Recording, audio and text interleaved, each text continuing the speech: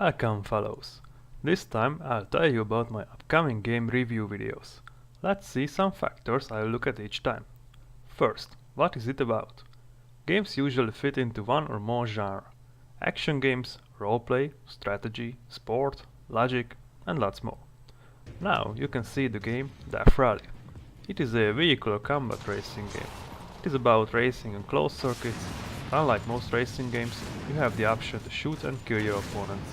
For another example, here is Mortal Kombat, a fighting game. It is about defeating your opponents by beating them up, but unlike most fighting games, you have the option to execute them in very gory ways. The purpose of knowing what the game is about might sound obvious, but there are lots of gamers who boo on games because they had unrealistic expectations. I love deep storylines in role-playing games like Fallout, but I don't miss them in shooters like Brink.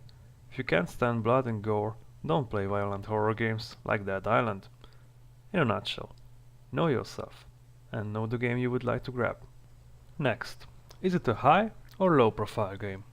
After knowing what the game is about, let's check its standing. What do I mean by that?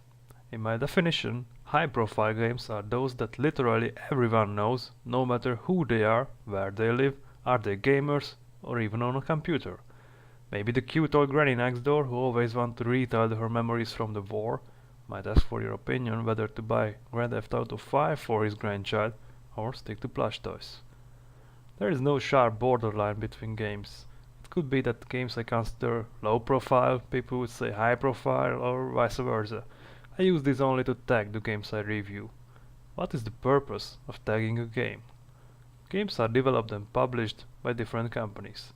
Some have more resources than others in case of time, money, staff, or even prestige.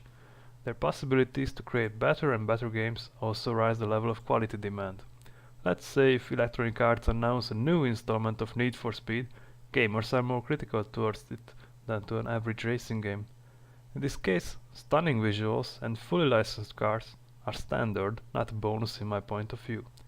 Low-profile games can gain the upper hand by adding something unique to the game. In case of Ghostmaster, this is the surprisingly cute way to spook mortals, instead of fighting or killing them.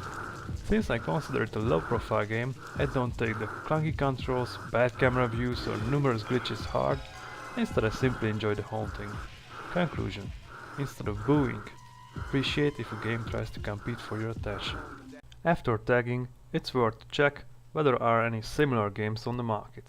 Few games are so unique that make a new genre and have relatively no rivals.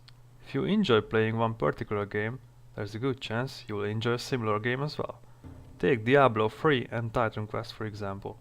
Both are hack and slash games with isometric view, classes to choose from, missions to take, worlds to save, zillions of monsters to slay for the loot, yet they differ in setting.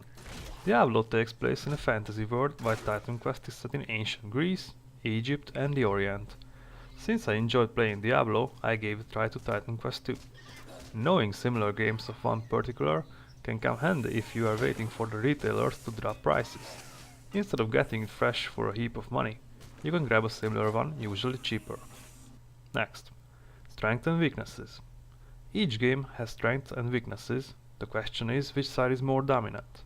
Having a good plot, beautiful graphics, freedom of choice are all considered strengths of games, while bad voice and sound, shallow storyline or being simply short are weaknesses. Finally, I say what I think about the game, who do I recommend it, and also add a score between 1 and 99%. So this is the review. Thank you for your attention.